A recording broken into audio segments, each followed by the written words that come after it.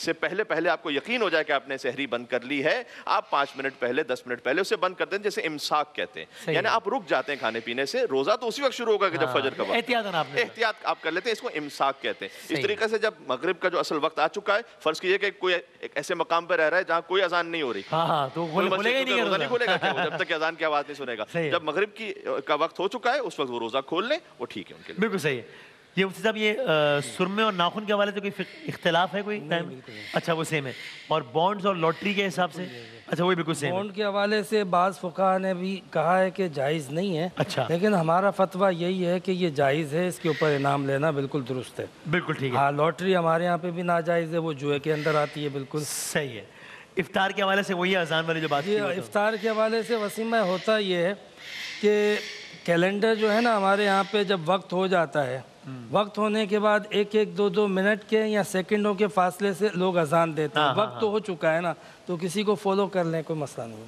ٹھیک ہے. اچھا یہ انشورنس کے حوالے سے بتائیں کہ یہ لائف انشورنس اس میں کوئی ہے فقہی حوالے سے کوئی قباحت ہے لائف انشورنس؟ جی ہاں، انشورنس کا جو کانسیپٹ ہے وہ تو خیر درست کانسیپٹ ہے کہ آپ جو ہے وہ کفالت کرتے ہیں، کفالت کا ایک باقاعدہ تصور موجود ہے. صحیح ہے. پریکٹس میں انشورنس کا جو طریقہ ہے وہ سودی نظام پر اور جوئے کے نظام پر ہے. اس کی وجہ یہ ہوتی ہے کہ آپ ایک مخصوص رقم دیتے ہیں اور طے کر لیتے ہیں کہ آپ کے انتقال کے بعد اتنی رقم اس کے بدلے میں لوٹائی جائے گی.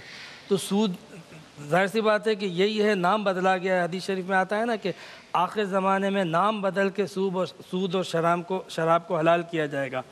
تو یہ انشورنس جو ہے وہ بظاہر کانسیپٹ بھی اچھا ہے، مقصد بھی اچھا ہے، مگر اس کی جو پریکٹس ہے وہ درست نہیں ہے. طریقہ رائج الوقت ہے مملکت میں آپ کے خیال میں وہ اس کی تحت کو حلال نہیں ہے.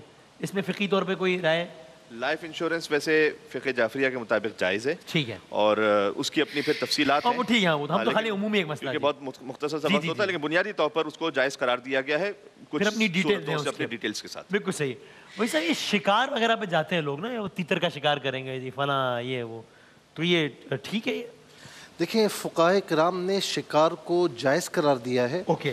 اچھا یہاں پر میں آپ کو کہوں کہ باقاعدہ سورہ مائدہ میں ابتدائی رکوع میں اس کا بیان بھی موجود ہے. اچھا جی باقاعدہ اس کا بیان. لیکن ایک بات یاد رکھیں کہ شوقیہ کسی جانور کی جان لینا یا خدا نخواستہ مطلب ایسی شوق ہے میرا فلاں پرندے کو مارا فلاں جانور کو مارا اور دل ٹھنڈا کرنا، یہ جائز نہیں ہے. یہ ہوتے ہیں لوگ جی، یعنی وہ بتاتے ہیں یار وہ ایسے وہ گرتا ہے نا یار، بڑا مزہ آتا ہے، بڑا مزہ آتا ہے. یہ جائز نہیں ہے. اذیت طلبی ہو گئی نا، اذیت پسندی ہو گئی. جی اس کو تسلی ایسے ہو رہی ہے، نشانے بازیاں، یہ جائز.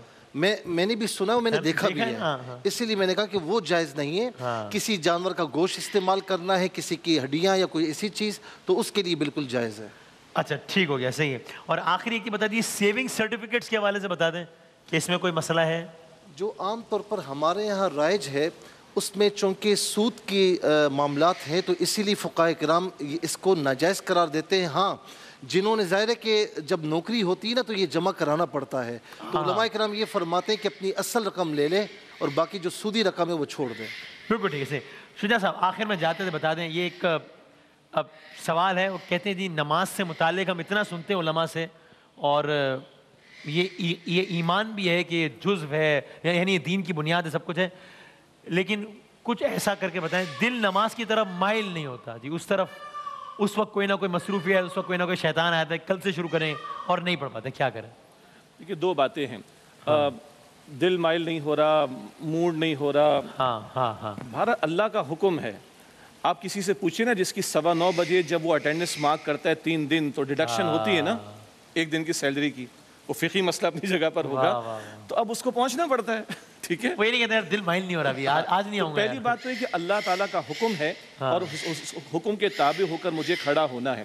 اصل بات وسیم بھائی کیا ہے، جب تک اللہ تعالیٰ کی محبت دل میں پیدا نہ ہو اور اللہ تعالیٰ کی عظمت دل میں پیدا نہ ہو، یہ کیفیات چلتی ہیں. اچھا بیٹ پیچ کبھی آ سکتا ہے، دائیں بائیں بندہ ہو سکتا ہے، ہم سب کمزور ہیں، لیکن ایک بات یہ کہ میرے اللہ سبحانہ و تعالیٰ ہے کون؟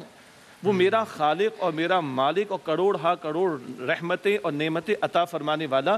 سورۃ الفاتحہ میں پہلا تعارف کیا آ رہا ہے؟ الحمدللہ رب العالمین، اس کے رب ہونے کا اقرار. پھر اس کا تعارف الرحمن الرحیم، پھر کل کی جواب دہی کا احساس، مالک یوم الدین.